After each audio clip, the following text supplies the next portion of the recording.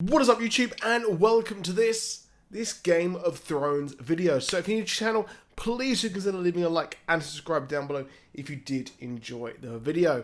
So Game of Thrones, there's been some criticisms about the last two episodes, stating that, well, it's just filler episodes. And yes, I do agree, there was a bit of kind of a slow narrative for both the episodes of this season.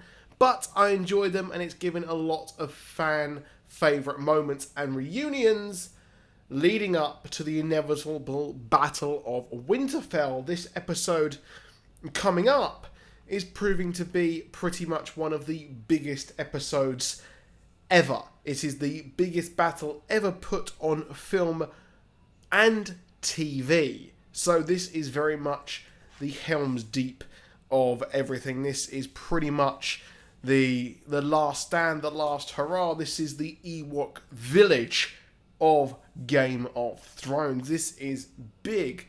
And we've pretty much set up all the pieces. All the pieces are together now in this final battle. And Bran seems to think that, well, the Night King is coming for him and him alone. Because obviously he has marked him, and the Night King has wanted to kill the Three-Eyed Raven for quite some time. And he mentions that there are multiple versions of the Three-Eyed Raven throughout history, and the Night King has pretty much wanted to kill all of them throughout the ages. And of course, the Night King has been around for hundreds and hundreds of years, and well, it's not looking good for the armies of man here whatsoever. Now, Bran pretty much wants, or he knows that the Night King wants to wipe out the history of man. And if there was no history, then they never existed. I'm not too sure I buy that, but I think that this is very, very much hinting towards the fact that Samwell Tarly will be the one who is going to write the history of everything. I am convinced that at the end of the series, we'll see a George R.R. Martin as Samwell Tarly writing a Song of Ice and Fire, or Fire and Ice. You're going to flame me in the comments for getting that incorrect. I know it. But what is curious is the fact that, well, this is pretty much the biggest fan theory we've ever had that hasn't come true just yet. So I very much do think that's going to happen. I'm convinced that Samwell Tarly is going to be the one to write this. If he doesn't write it, then he's going to be the one to die in the upcoming episode. And there are quite a few people who are going to perish. Jorah Mormont is one who I think is going to die, definitely. Possibly Tormund and Brienne as well, because their stories have come to an end.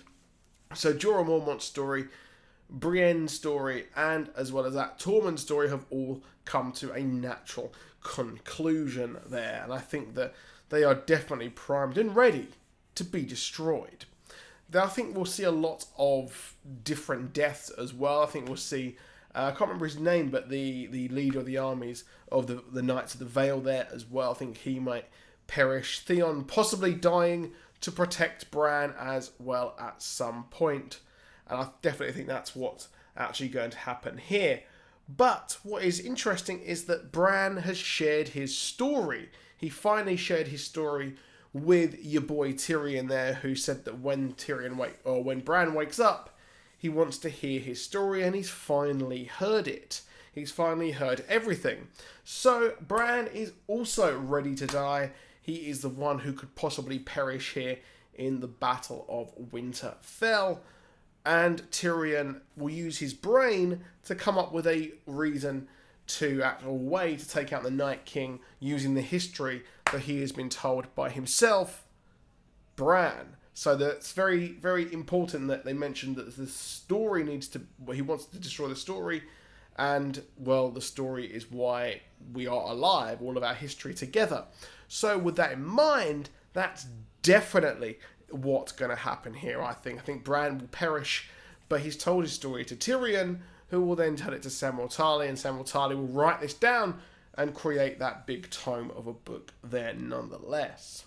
But as well as that, what is interesting is that Jon Snow has finally told Daenerys he's too honourable, and he said that he is Aegon Targaryen, the true heir to the Iron Throne. He has the strongest claim. So that's not looking good, and the look she gives him as well as the conversation she had previously with Sansa, sets up that, well, she may love him, she may have been brainwashed by him, but she is going to do the unthinkable and kill him, because she's already had Jaime Lannister, who killed her father, who has survived. She's also got most of her enemies around her, or her family's enemies. She's in Winterfell, one of the great houses that actually brought down her family's lineage. So what if she killed Jon Snow? Accident, oopsie, sorry. And then he's dead, and she can actually take upon the throne herself. I would not put that past her one freaking bit. But as well as that, we've got Bran's plan to lure the Night King, so that's going to play heavily into this. But there's one thing that was missing at the end of the episode. So the end of the episode plays very closely to the end of season 2, where we saw the White Walkers walking forward. But your boy, the NK, was not there. Where was he? Well, what's interesting is that Tormund, who saw the dragon, never mentioned to anyone that there's a dragon. And it's very, very weird, because that would be the first thing I would have said was, the Night King has a blue dragon that spits out blue flames. To me, that sounds incredibly scary. But he didn't mention it. He just mentioned the fact that the Umbers and possibly the Glovers and everyone else are actually part of the army. So why didn't he mention that? That's probably so we forgot about it. For next episode, there's going to be a twist. They'll think that they've done it. But we'll see Cersei's army be completely destroyed by the Night King. I think that he is going south to go there and kill, or at least cause as much damage down south as possible, so it will cut them off. If they're cut off from the north, they're cut off from the south, they're completely and utterly screwed. And I expect them possibly to make a retreat at some point to King's Landing, and we'll see one final battle there at King's Landing. Will it be bigger than the Winterfell? Probably not, because they've made a big deal about this Winterfell battle quite a lot. So I think that the Night King, if he was going to be at that battle, we would have seen him leading his soldiers there, and I do think that we will see this going forward. Now, another person who could possibly die is Gendry. He's finally had the hookup with Arya there. Never thought I'd see that happen. Never thought I'd see that happen whatsoever, but they did. And that's pretty cool there that that's happened. So moving forward, what will happen with them? Who knows? But they're in the crypt together. They're in the safest place, or it looks like they're in the crypt at least. I couldn't quite tell. But let's not forget that she's got the cat's paw dagger, which she can use to fight. And she's got Valyrian steel. She may not have had her weapon that she wanted to make, but I'm sure she got a absolute unit of a weapon from Gendry there nonetheless.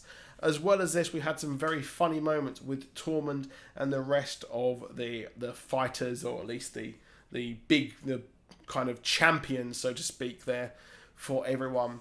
So out of them, possibly, I can't see Jaime Lannister dying just yet. I want to see him fight his sister. Don't forget, Bran is on his way as well to Winterfell, so we'll have to see him pop up at some point. But there wasn't too much in this episode really to talk about, other than Bran being an absolute weirdo and mentioning that, well, it's all about him. He has the mark, he knows where he is, but that's too obvious, and I don't think that's going to happen just yet. And I think that if they were to kill him, they would capture him, or they'll just flat out, you're dead, bro, that is gone, but you told your story, didn't you, as well. Now, the episode really was just the culmination of all the reunions that we didn't get last week. And of course, this is a very kind of ending the chapter of all of their stories and kind of getting them to link up together, especially with the Night's Watch and also the Onion Knight himself, Davos Seaworth, seeing that Shireen lookalike, which is very, very curious as well. Now, I'm hoping next episode we do see Samwell Tarly fight, and it'll be interesting to see if he does survive, because I'm so convinced that he will be the one to write the story of this entire story all the same. So I'm hoping that's what will happen next. And of course, the Red Keep and all of Cersei's armies there, will be curious to see where that happens. Now, I am convinced that they will have to make a retreat from Winterfell, and the only logical place will actually be towards the Ironborn themselves, because Theon mentioned that to her. They know where they can go next. And, well, what happens after this? Well, it is anyone the game here. But that is it for this video. Please drop a like. Please subscribe. See you soon. Goodbye.